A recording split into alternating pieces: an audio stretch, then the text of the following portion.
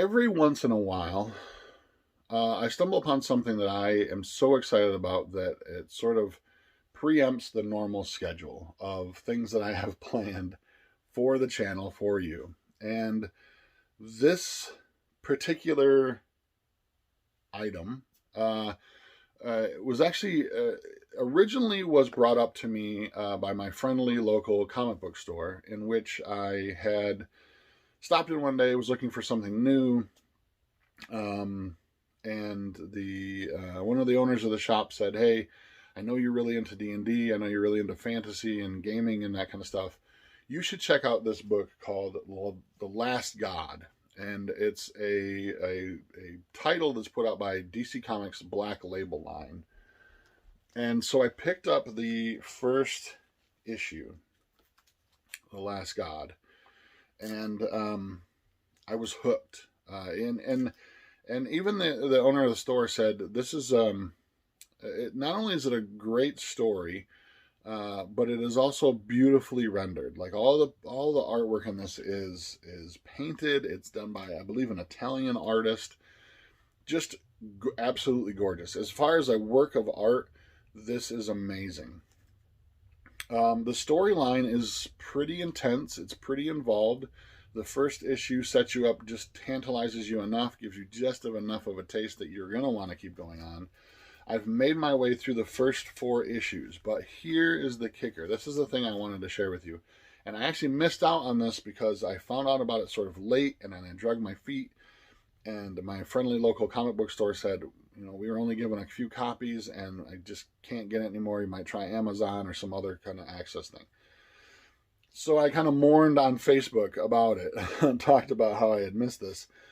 One of the people involved in the creation of The Last God is one of us. He's a fellow nerd, and he is a role player and has done things for Dungeons and Dragons. And so what they have done is they created this. And a good friend of mine, Justin Isaac, was able to find a copy of this at his local gaming store or comic book store, or the combination of the two.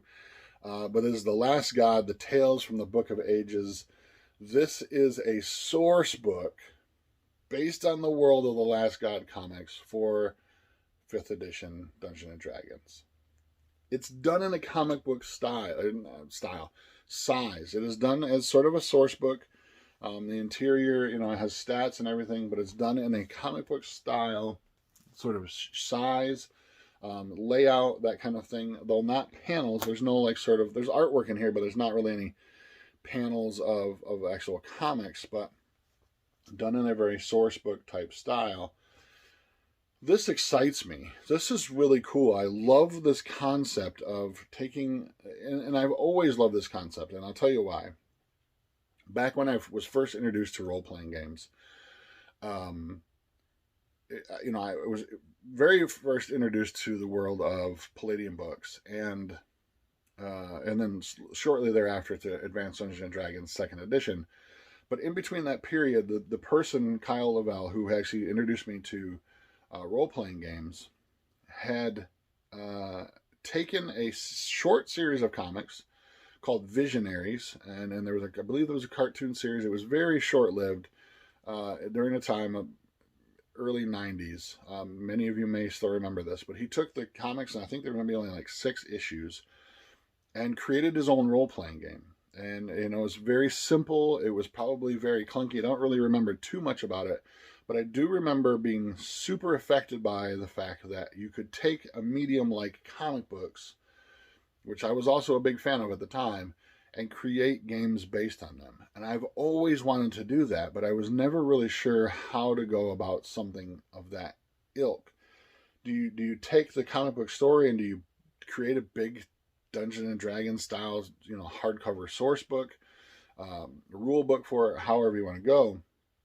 And it wasn't until I saw this that I realized that this is genius. Why not make the source book look exactly like the comic books, right? Why not use the same art style? Why not use the same sort of medium, the same size, everything, so it fits together? And the the thing with this is that kind of it frustrated me at first, but then I completely understand why it is the way it is. This gives you a history of the world.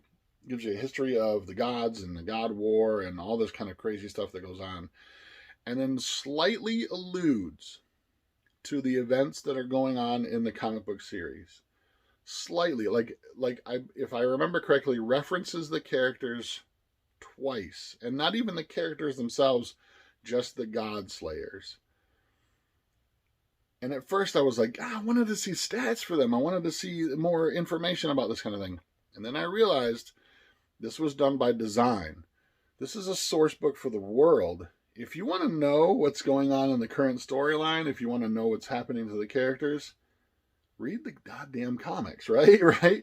Go get the comics yourself and read through the series. It's not, why would they create an entire source book with all the information from the comic book series, and then they wouldn't sell any comics? Why would you buy the comics, right? Other than being a fan of comics like I am.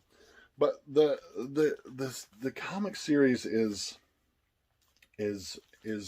deep, and it's beautiful, and it's horrific.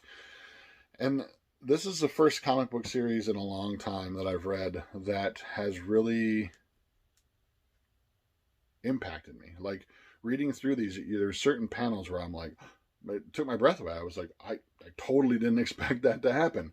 Or if, for instance, in issue 3, I'm pretty sure it's issue 3, there's a scene that just is so. Now, I've watched a lot of horror movies, and I'm 45 years old. There's not a lot of stuff that can really shock me graphically or violently, but man, there was one panel in particular in this 3rd issue that sort of really shocked me. That really opened my eyes to the cool things that can still be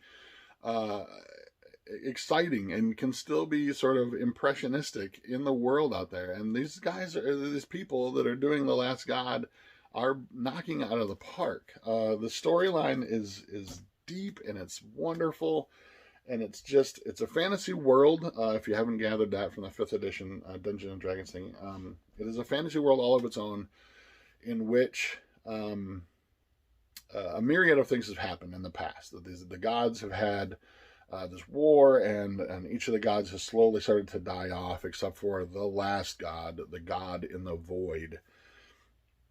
And the comic book sort of the first several issues, while starting in the sort of current time period, to do a lot of flashbacks as to what happened before. And these people called the God Slayers, I think it's God Slayers, they confronted the god of the void, who was trying to break free, and killed him. Thus begins the story of The Last God in the current storyline. The problem is, and without giving too much away, they failed in their task, but not in the way that you think that they did. And that's the kicker. That's what makes this story so gritty and cool and awesome. Highly recommend going and checking out The Last God. It's readily available through your local comic book store, online comic book retailers. It is from the DC Comics Black Label line, who's also doing things like the 3 Jokers right now, and a myriad of other sort of really cool stuff that's not set it's not set in the sort of core line of DC Comics. And if you can find a copy, like I said, I had to have my friend Justin actually track down a copy of this for me in Ohio at a comic book store, because my small town didn't have access to it, and I really didn't want to sort of go online to get it. It's weird because some places online are selling it for cheap. It retails at $5. Some places are selling it for very cheap, and some people are really jacking the price up on this. But this is a really cool source book. I cannot wait to bring the world of The Last God to my tabletop in D&D 5th edition. So until next time, I'm Questwise. Game on and stay safe, my friends.